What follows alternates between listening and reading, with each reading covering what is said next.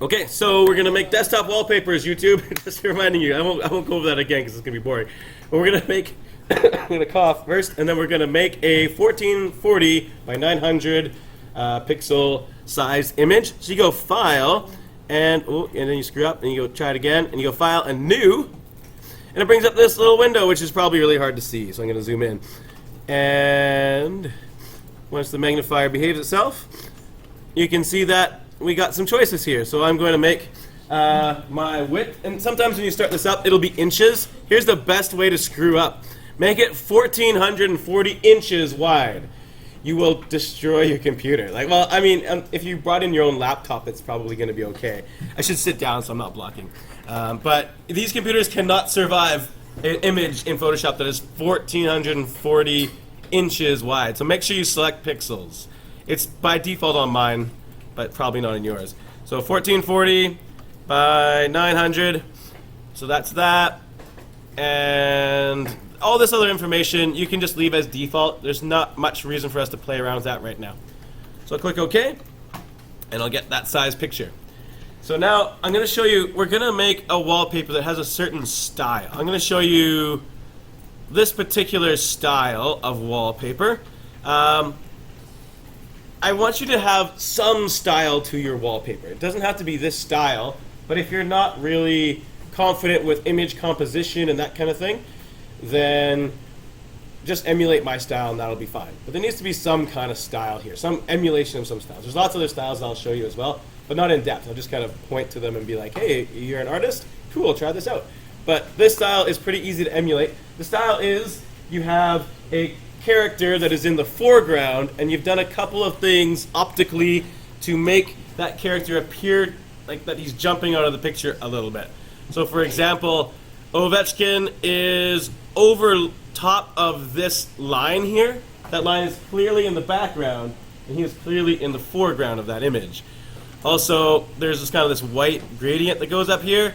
He's on top of that as well. So it's clearly kind of in front. He's clearly in the foreground. The rest of the stuff is in the background. So that's going to be important. Here's my Stegosaurus, Andrew. My tablet. Random. Thanks. Now YouTube see my Stegosaurus. My life is complete. Just a couple other examples. Here's like a Batman one. Same kind of deal. We have sort of this. It doesn't have to be on top. It can be on the side. It can be on the bottom. But some kind of dividing line that the character is on top of. and that just makes it appear that they are kind of popping out. They are in the foreground. Another, that's annoying. Another one is the Enterprise one. In this one, this Enterprise kind of looks like it's in with the stars, but this one looks like it's on top because that line goes across, and the Enterprise is on the top of it. So this one appears to be closer than the other ones. Of course, it's also larger. So we're kind of playing with the eye a little bit and trying to make that happen. So that's kind of the trick we're going for. And of course, you're welcome to choose another style of wallpaper, and we'll talk a bit about that later on. So let's do it. I'm going to make the Ovechkin one because I have all those files still. And here they are.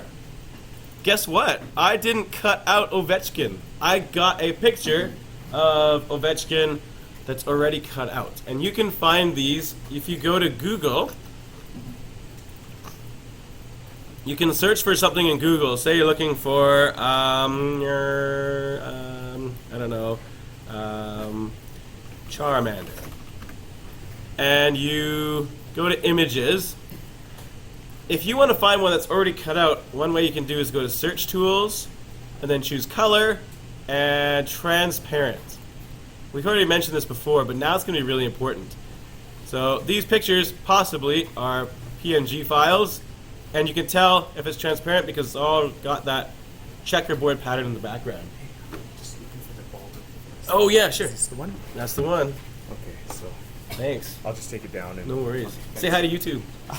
I will. Actually, I haven't even gotten involved yet. So We're just recording live on YouTube. okay. Oh, hey YouTube. Sorry to interrupt. That's okay. I'll get out here then. I'll ask you later. Okay, Sorry. sounds good. Yeah, all right. So we'll keep on going. So that is a transparent background. That'll make your life easier. Also, there's a place. Well, there's actually many places, but I like this place. Planet Renders, or is it Plain Trenders? I'll let you decide. .net. It's Planet Renders actually, but you can read it either way. This website is a place where you can download high-resolution images with transparent backgrounds, and apparently either my internet connection is down or I don't know what. So apparently I can't get there now, but hopefully you guys can check out planetrenders.net. It's got some really cool stuff for you to try out to put in this picture. Really high-resolution stuff. Apparently I won't be able to show you now, but this is where I got that image from. So thanks, planetrenders.net. So I'm going to bring these pictures in. I'm just going to select them and drag and drop them. I'm going to get these 3 pictures and bring them in to Photoshop. And it's going to take a while. There we go. So I got a bunch of pictures in Photoshop. So I'll just show you. I'm going to bring the sky picture. I just found a big picture of sky. And I'm going to bring it in. And that's nice. And I'll bring in the Ovechkin picture. And that's nice. And I'll bring in the Washington Capitals logo. Maybe. Oh, no, I can't. Oh, yeah, this is really important to know. Sometimes you go to move something, you're like, what? Why won't it go? If it says index on your layer, that means you're in index color mode. You can always check the mode if you go to image and mode. And if it's on index color mode, it won't play nice with other pictures. So just switch to RGB mode. And that way, you can bring things over and it'll work out nicely. This one's not cut out, so I'll have to go and do that work. Anyways, I don't want to spend too much time showing you how all these details work, so I'll just show you sort of the basics of this composition. In order to make that big line that goes across the top, it's oddly difficult to draw a line in Photoshop. Like, you think, like, you know, it can do all these amazing things, but drawing lines, it's hard. So what I'm going to do is actually make a layer, a new layer. There's a little button at the bottom right hand of the screen, and I'm going to just draw a rectangle. This is where maybe the first time we're using this tool here. The rectangular marquee. It just makes a rectangular selection. I'm going to drag it across, make a big rectangular selection. I'm going to fill this selection with white. This is only working because we're on another layer. It's an empty layer, so the other stuff won't interact. So check out the fill tool here. I'll switch over. A paint bucket tool. The paint bucket tool looks like a paint bucket, hence the name, and then you can just fill it with a color. So I'll switch it and put white in there. And then you can go and just click inside of your selection, and I'll just fill it with white. And I can move that layer around, so I can move it kind of into the background, make it go kind of underneath things, and kind of move it around, and have some good time with that. Ovechkin is kind of awkwardly positioned right now. That hockey stick is, it's unfortunately cut off there. I'm just going to flip him around. So I'll just go Edit, and then Transform, and check it out. You can flip things horizontally or vertically. It's a nice, easy way just to flip the person. And whoops, I still have that selection on, so I just flipped his top of his head and the little top of that circle there. So I'll just Control D to deselect, and then I'll try that again. So flip horizontal, there he is. And I'll move him around and get him into the right place. And I think I should probably just Control T and make him a little bit bigger so he takes up more space. So I'll just expand him out a bit. That looks good. Thank you so much to Fred Haas, who made this render.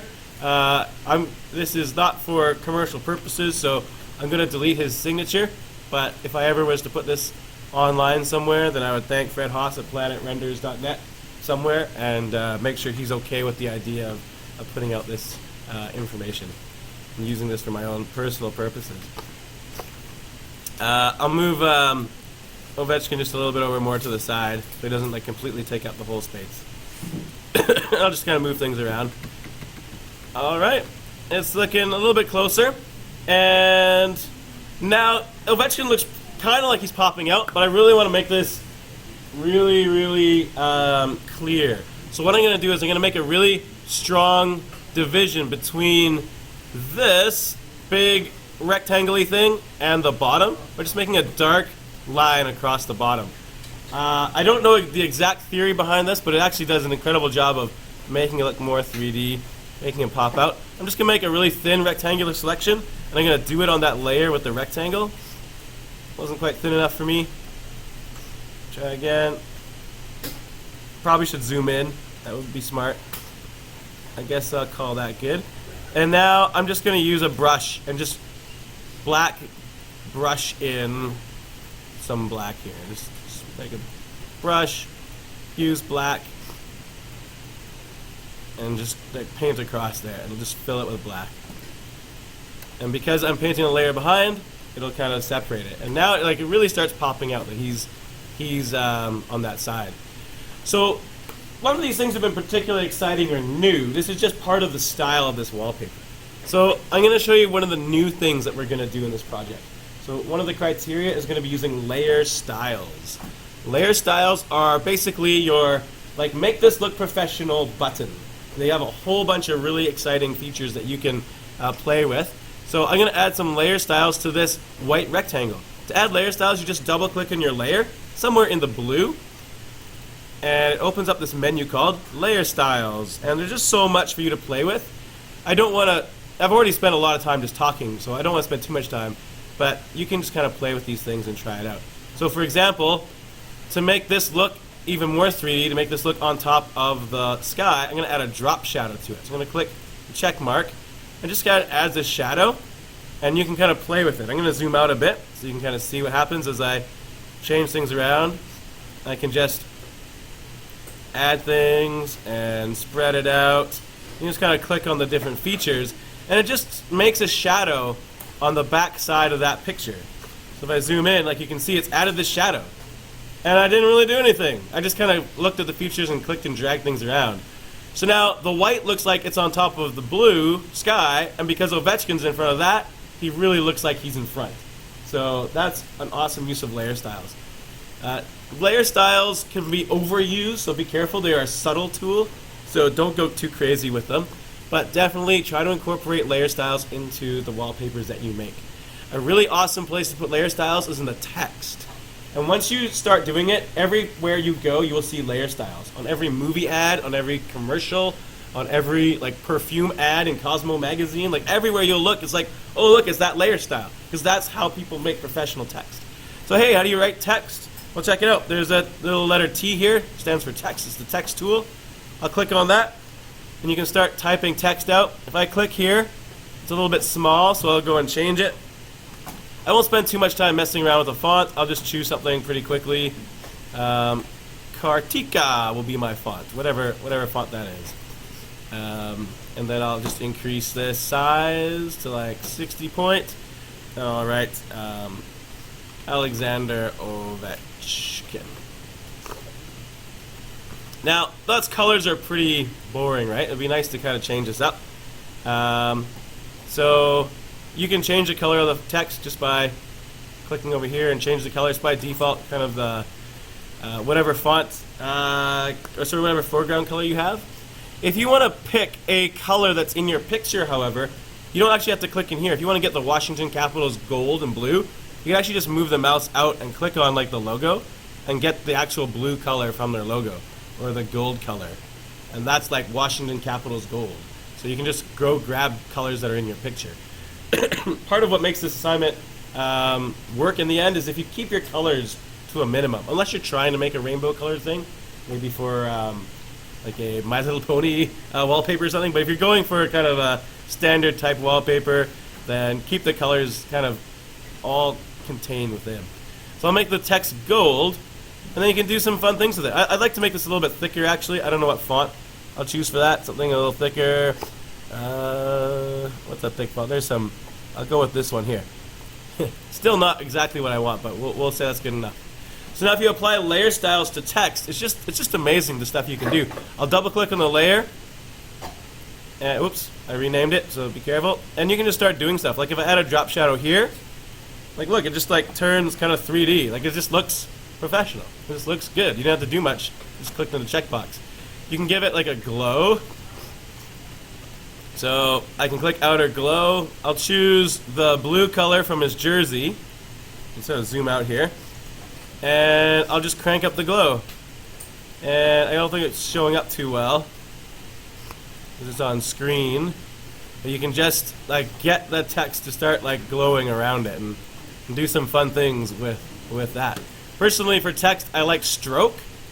It just adds a line around the text, and you can choose that color. Again, I'll choose the Washington Capitals blue color. Oops, I chose black. It's hard when you have 3 mouse cursors. And you can just increase that size and like get it to be like the size you think looks good. And there's a whole bunch of different things for you to try out, so I welcome you to try out all sorts of different layer styles with your text. Anyways, I don't want to waste too much of your time, so we'll just kind of go from there. We'll just call that good enough. So there's my text. Last thing, I'm going to get the Washington Capitals logo moved in, and it just doesn't look that good right now. Is this it? This is it. So this is a little bit too big, and of course the white outline's there. You guys know how to get rid of the white outline. Good old quick select.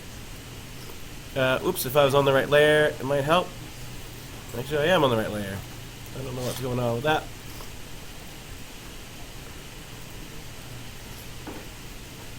But you can just get rid of the white any way that you guys know how to do that. And personally, if you don't want to like, if you have just white to get rid of, you can use the magic wand tool right below quick select. I'll just like grab areas that are all the exact same color and just select it and get rid of it. So that's a pretty easy way of doing it. So I'll press Control T. Remember, good old Control T. We'll shrink this down, and it's still not quite looking perfect. So just to make it pop out a little bit more, I'm going to use the gradient tool. And this is the second tool that will be new to you, and I'm going to ask you guys to use. This is a pretty boring use of it.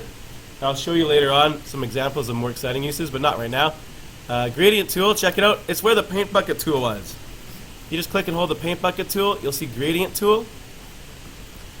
And I'm going to make a new layer. And the way the gradient tool works, you can choose a gradient up here. And I'm going to make it white to transparent. And it just makes like a transition of color from one color to another. And I can choose any colors. I can use white to green. Or white to transparent is what I want. I want to make like a misty bottom. So I'm going to double click on that. And my layer is on top of everything right now. That's okay.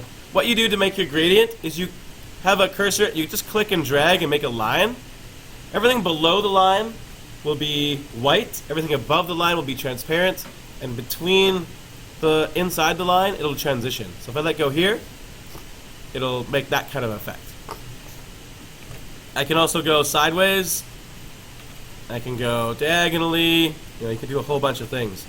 Definitely try out different kinds of gradients. There's all sorts of different kinds. Circular bar gradients.